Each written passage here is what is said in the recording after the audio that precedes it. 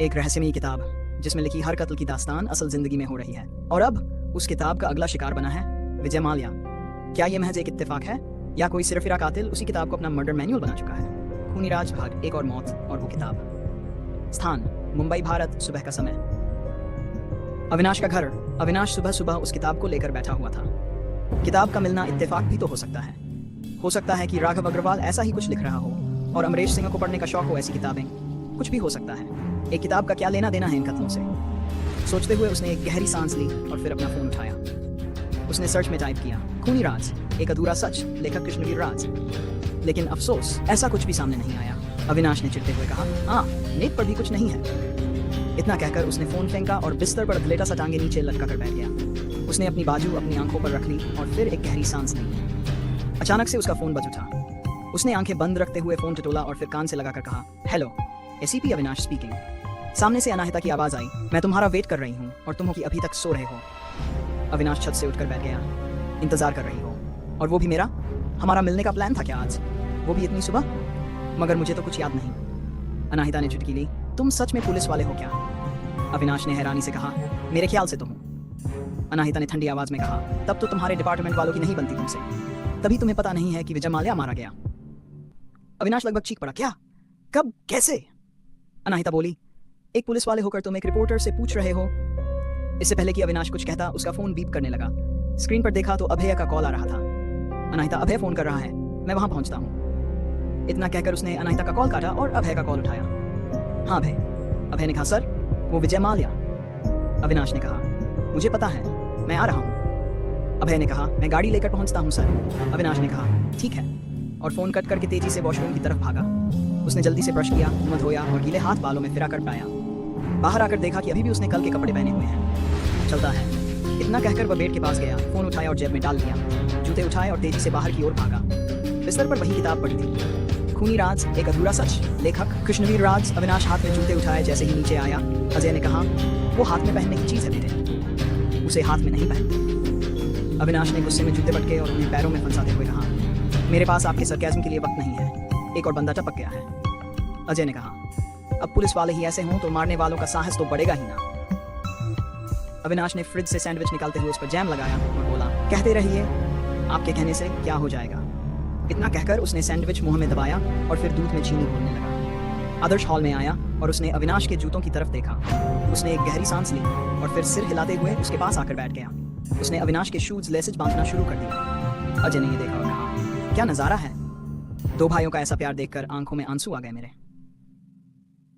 आदर्श ने अविनाश के लेसेस बांधते हुए कहा, अखबार में क्यों नहीं दे देते? अविनाश ने सैंडविच खाते हुए कहा, बिल्कुल, आपका घर चर्चा में आ जाएगा। अजय ने गहरी सांस ली और कहा, दे तो दो, मगर बेटा खबर दूसरे तरीके से छपेगी। आज की मीडिया को तुम जानते नहीं क्या, वो तुम्हें अपने छोटे भाई से गुलामी करवाने के लिए सब जगह बदनाम करवा देंगे। दोनों भाइयों ने कुछ नहीं कहा। आदर्श ने शूज लेस बांध दिए और कहा, भाई हो गया। अविनाश ने कहा, हम वहां से कहना निकल गया। इतना कहकर उसने एक और सैंडविच उठाया और भाग गया। अजय ने उसे जाते हुए देखा और फिर आदर्श की तरफ देखकर कहा, अगर बेटा भ्रातृ प्रेम हो गया तो मातृ प्रेम के बारे में भी सोच लो। तो अच्छा लगा, वरना आज कॉलेज जाने नहीं मिलेगा। आदर्श ने कहा, इस घर में सब के सब गुंडे भरे हैं, खानदान की गुंडों भरे। ना कहकर बड़बड़ा।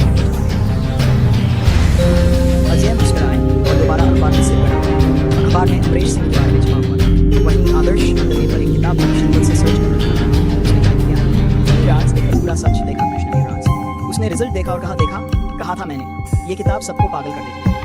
इतना कहकर उसने फोन स्लैब पर रख दिया। सुबह के 8 बजे मुंबई भारत, विजय माल्या का घर। पुलिस की गाड़ी तेजी से आ गई। अविनाश ने उतरकर घर की तरफ देखा और फिर कहा, ओ माय गॉड।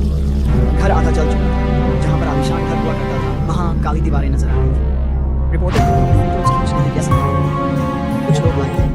आकाश और राठी जी घटनास्थल पर जांच कर रहे थे। फॉरेंसिक टीम भी लगी। जो फायर ब्रिगेड की गाड़ी आई थी, रिपोर्टर उनका इंटरव्यू ले रहे थे। अभय और अविनाश को देखकर आकाश उनके पास आया। अविनाश ने कहा, क्या? आकाश ने कहा, सर गैस के स्विच ऑन थे, उसी वजह से आग लगी। विजय माल्या खुद नशे में डूबा हुआ था। वो अपने वॉशरूम में गिरा मिला। फायर ब्रिगेड की गाड़ी आ तो गई थी टाइम पर, मगर तब तक पूरा घर जल चुका था। अविनाश ने सिर हिलाया और आगे बढ़ा ही था कि रिपोर्टर ने उसे चारों तरफ से घेर लिया। एक रिपोर्टर ने कहा, ऑफिसर, फिल्म इंडस्ट्री में ये तीसरी बड़ी हस्ती की मौत है। अभी तक राघव अग्रवाल और अमरीश सिंह की मौत का पहलू सामने नहीं आया था और एक और मौत। इस बारे में आपका क्या कहना है? क्या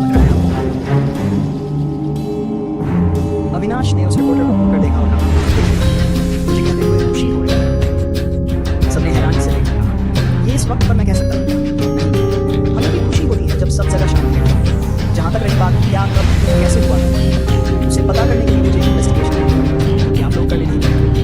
अगर आप मुझे घेर कर ऐसे ही खड़े रहेंगे तो मैं क्या पता कर पाऊंगा क्या हुआ है। तो अगर आपकी इजाजत हो तो अब मैं जाऊँ। इतना कहकर उसने रिपोर्टर की तरफ देखा। उनमें से कोई नहीं हिला। अविनाश ने हल्के से कहा, कतई डीच किस्म की प्रजाति है। इतना कहकर उसने अभय की तरफ देखा तो वो आकाश में पहुंचा। बिना जले हुए घर के अंदर गया। करीब करीब हर चीज जल चुकी थी। अविनाश ने एक गहरी सांस ली और कहा, जिस जिस चीज पर इन लोगों को घमंड था वो एक झटके में जलकर राख हो चुका। इतना कहकर उसने ग्लव्स पहने और अंदर जमालिया के कमरे में चला गया। वाइन की सारी बोतलें टूट चुकी थी और फर्श पर बिखरे खून के साथ वाइन मिक्स हो चुकी थी। अविनाश ने सिर हिलाया और अंदर वॉशरूम में चला गया, जहां पर खून के धब्बे अभी भी थे। विजय माल्या की लाश को ले जाया जा चुका था। अविनाश ने पूछा, ऑफिसर क्या हुआ होगा? फॉरेंसिक टीम का एक ऑफिसर पलटा और उसने कहा, विजय माल्या नशे में था सर। बाहर टेबल पर खून के निशान थे। जहां तक हमारा मानना है तो शायद धमाके की वजह से वो घबरा गया था और उसका सिर टकरा गया। वो बहते हुए खून को रोकने के लिए वॉशरूम आया, मगर यहाँ पर भी खुद को संभाल नहीं पाया और बाथटब में गिर गया। फिर वो उठ नहीं पाया। घर में आग लगी और वो वॉशरूम की तरफ भागा। फॉरेंसिक टीम के ऑफिसर ने कहा, हमने चौकीदार से बात की। उसने कहा कि साहब वो नशे में थे। इतने कि उन्हें कोई होश नहीं था। उसे क्या खबर कि वो अपने ही घर में आग लगी। अविनाश ने सिर हिलाया और बाहर आ गया। वो बाकी चीजें देखने लगा कि अचानक उसकी नजर बिस्तर पर पड़ी। उसने एक गहरी सांस ली और अपने हाथ कमर पर रखकर ऊपर की तरफ देखा। उसने कहा, दोबारा नहीं। इतना कहकर वो दोबारा बिस्तर की तरफ देखा। बिस्तर पर ही किताब पढ़ी। राज एक अधूरा सा राज। उसने एक गहरी सांस ली। सब कलेक्टर ने इंस्पेक्टर से कहा, उस किताब को भी उठा लो। इंस्पेक्टर ने सिर हिला दिया। अविनाश बाहर आ गया तो बाहर एक औरत हो रही थी। कुछ लड़कियां उसे चुप करवाने में लगी हुई थी। अविनाश ने अभय की तरफ देखा तो अभय उसके पास आया और उसने धीरे से कहा, विजय माल्या की पत्नी है सर, प्राची। अविनाश ने सिर हिलाया और प्राची के पास चला। अविनाश ने कहा, आई एम सॉरी मैम। मैं समझ सकता हूँ कि आपका क्या बीत रही है, बट मुझे कुछ सवाल फिर भी करने होंगे। प्राची ने साड़ी से नीचे हाथ पूछा। जी इंस्पेक्टर। अविनाश चुप था। उसने एकदम से कहा, एसीपी अविनाश मैम। एसीपी। अभय ने अपनी हंसी दबा दी। प्राची ने कहा, ओ आई एम सॉरी एसीपी, कहिए। अविनाश ने कहा, कल रात आप कहाँ थी? प्राची ने कहना शुरू किया, मैं अक्सर घर से बाहर रहती हूँ। विजय हमेशा पी कर आते हैं। जब भी आते हैं तो मैं चौकीदार से कंफर्म कर लेती हूँ। कल भी मैं अपनी मम्मी के घर पर थी। विजय हमेशा झगड़ा करते रहते थे, इसलिए जब भी वो पी कर आते हैं मैं अपनी मम्मी के पास चली जाती हूँ। अविनाश ने कहा, कल भी आपने कंफर्म किया था? प्राची ने सिर हिला दिया। तभी अविनाश के पास राठी भागता हुआ आया और उसने अविनाश के कान में कुछ कहा। अविनाश चौंक गया। उसने एकदम से कहा, मिसेज प्राची, क्या आपको पता है कि आपका ड्राइवर गायब है? प्राची ने चौंककर उसकी तरफ देखा, मानो उसकी भाषा उसे समझ नहीं आई। अविनाश ने कहा, सुबह 9 बजे एक अनजान नजर तुमरा फिर से वैसा ही दिखता हुआ था। फर्श पर अखबार की कतरने और कुछ फाइल्स रखी हुई थी। कंप्यूटर की टेबल पर चाकू के सारे खाली पड़े बिस्तर पर गड़बड़ा था और हमारी वॉशरूम का दरवाजा खुला हुआ था। वहीं दूसरी तरफ वो लड़की एक पाइप से लटक रही थी। उसने ग्रे कलर की टी-शर्ट पहनी थी जिसकी स्लीव्स उसकी कोहनी तक पहुंच रही थी। उसकी कलाई पर एक टेढ़े मेढ़े डिजाइन में इंग्लिश के लेटर्स से लिखा टू बना हुआ ला सर्टेन ऑब्सक्यूरा। उस लड़की के शरीर से टपकता पसीना बता रहा था कि वह बहुत ज्यादा एक्सरसाइज कर चुकी है। उसकी टी-शर्ट उसके पेट से चिपक चुकी थी, जिससे उसके एब्स साफ नजर आ रहे थे। तभी लड़की का फोन बजने लगा जो पेट पर रखा हुआ था। इस बार फोन में टेस्ट था। लड़की पाइप पर एक हाथ से लटक गई और उसने कान में लगा था ब्लूटूथ एन कर लिया। सामने से आवाज आई, विजय गए। बताया उसने कुछ। टाइसन ने दोबारा पुश कर दिया। सामने से कहा, वो उसके बारे में तो हम पहले भी जानते हैं। उन्होंने पाइप छोड़ दी और नीचे आ गई। उसने कहा, जो भी हो विजेंद्र तक पहुंचना जरूरी है, बाकी की इंफॉर्मेशन वही दे सकता है। सामने से कहा गया, हर जगह किताब छोड़ना जरूरी है क्या? इसी किताब ने हमारी जिंदगी बदल दी। अब यही किताब हमें अंजाम तक पहुंचाएगी। सामने से आवाज आई, ठीक है, वैसे अब कैसी तबीयत है? ठीक है, डॉक्टर ने कहा है कि जख्म भरने में वक्त लगेगा, मगर कंधा बिल्कुल ठीक है। सामने से आवाज आई, ठीक है, आज विजेंद्र की बारी है, मगर संभल कर, उसके साथ बॉडीगार्ड रहते हैं। ने ठंडी आवाज में कहा, जब मौत आती है तो बड़े से बड़ा बॉडीगार्ड भी कुछ नहीं कर सकता। इतना कहकर उसने फोन काटा और नहाने के लिए चली गई। म्यूजिक सिस्टम को उसने जाते हुए एंड किया। उसमें गाना चलने लगा, मैं हूँ वही एक अकेला चांद, बादलों में छुपता हुआ, रात में निकलता हुआ, नाना मुझे कुछ और ना समझना, मैं तो खो गया अंधेरे को चीरता हुआ। किसने देखा मुझे डूबते हुए, किसने देखा मुझे गिरते हुए, मैं अकेला था, अकेला ही हूँ, कभी खुद में आधा, कभी खुद में पूरा। म्यूजिक सिस्टम पर किताब की चौथी सीरीज रखी हुई थी, जिस पर पन्ने फड़फड़ा रहे थे। चैप्टर था पहला, पेज नंबर 31, जिसके दूसरे पैरा पर टिक लगी हुई थी। किताब वही थी, खूनी राज, लेखक कृष्णवीर राज। अंदर से शावर की आवाज आने लगी। क्या एसीपी अविनाश अगले कत्ल को रोक पाएगा? या खूनी राज की किताब का अगला पन्ना किसी और की मौत की कहानी बन जाएगा? हर सवाल का जवाब छिपा है उस किताब के अगले पन्ने में, और शायद जिंदगी से जुड़ा कोई राज भी। तो जानने के लिए देखिए खूनी राज भाग 32 अगला नाम कौन, सिर्फ शैडो टेल्स 9 पर। सब्सक्राइब कीजिए और बेल आइकन दबाइए, क्योंकि अगला सच सिर्फ खौफनाक नहीं, जानलेवा होने वाला है।